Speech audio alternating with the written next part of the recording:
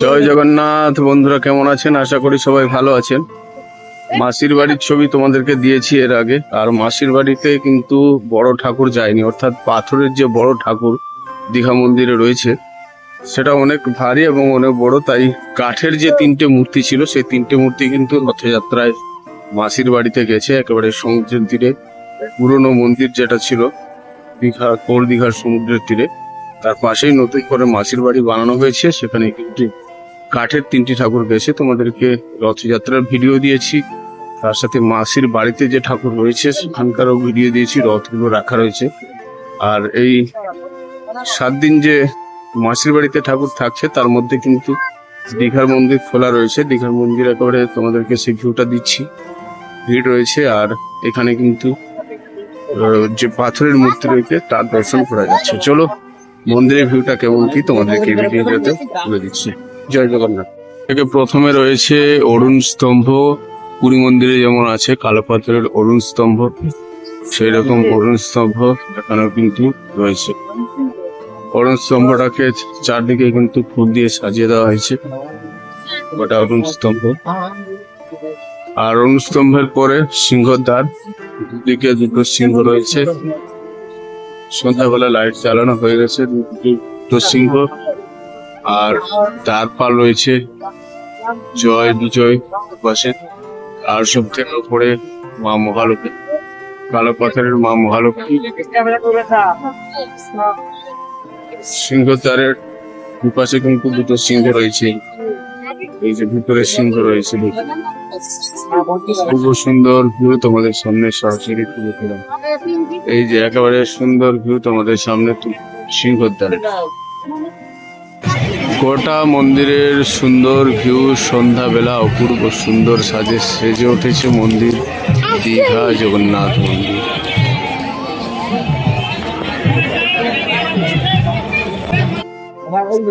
সিংহদ্বারের পেছনে আর পদ্মকুণ্ড রয়েছে, পদ্মকুণ্ডর দুপাশে অপূর্ব সুন্দর ভিউ। একেবারে মন্দিরের লাইট জ্বলার পরে খুব সুন্দর লাগছে, গোটা জায়গাটা দেখতে অপূর্ব সুন্দর লাগছে। এটা অশ্বদ্বারের ছবি, একেবারে দুদিকে দুটো ঘোড়া লাগানো আছে অশ্বদ্বার। আর তোমাদেরকে আগেও আমি বলেছিলাম যে এখানে কিন্তু অশ্বদ্বার এবং হস্তিদ্বার দুটো কিন্তু লাগোয়া রয়েছে মন্দিরের সাথে। পুরীতে যেমন প্রাচীর দিয়ে ঘেরা, সেরকম কিন্তু এখানে কোনো প্রাচীর নেই। একেবারে মন্দিরের এন্ট্রি, তার সামনে চৈতন্য দ্বার। আর পুরো জায়গাটা তোমাদেরকে দেখাচ্ছি। এটা হচ্ছে অশ্বদ্বার। এই যে দুদিকে দুটো ঘোড়া রয়েছে।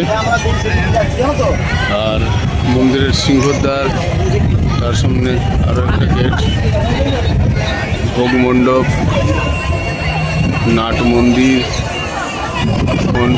আর মূল মন্দির, বড় দেউল যাকে বলা হয় মূল মন্দির, সব নিয়ে একেবারে মাসির বাড়িতে কাঠের ঠাকুর রয়েছে আর এখানে কিন্তু পাথরের ঠাকুর রয়েছে। তবে ভিতরে এবারে কিন্তু মোবাইল অ্যালাউ করছে না ফটো তোলার জন্য, তাই বাইরের ছবিগুলো তোমাদেরকে দেখিয়ে দিচ্ছি।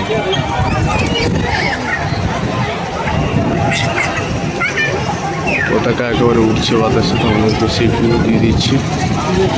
বেশ ভালো সংখ্যায় মোটামুটি সন্ধ্যাবেলা পর্যটকেরা রয়েছে, ভক্তরা রয়েছে। একেবারে গোটা মন্দির চত্বরের সন্ধ্যাবেলার হালকা লাইট জ্বালানো হয়ে গেছে, তোমাদেরকে ভিউটা দিচ্ছি।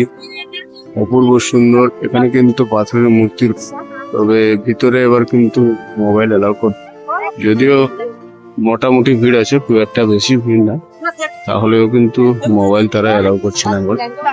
যাই হোক, তোমাদেরকে বাইরের ভিউগুলো একেবারে গোটা মন্দির চত্বরের ভিউ সরাসরি। এবার তোমাদেরকে পশ্চিম দিকের দ্বার, ব্যাঘ্রর দ্বার দেখাচ্ছি। একেবারে গেটের সামনে বাঘ রয়েছে, দুদিকে দুটো বাঘ রয়েছে। যে ব্যাঘ্রর দ্বার,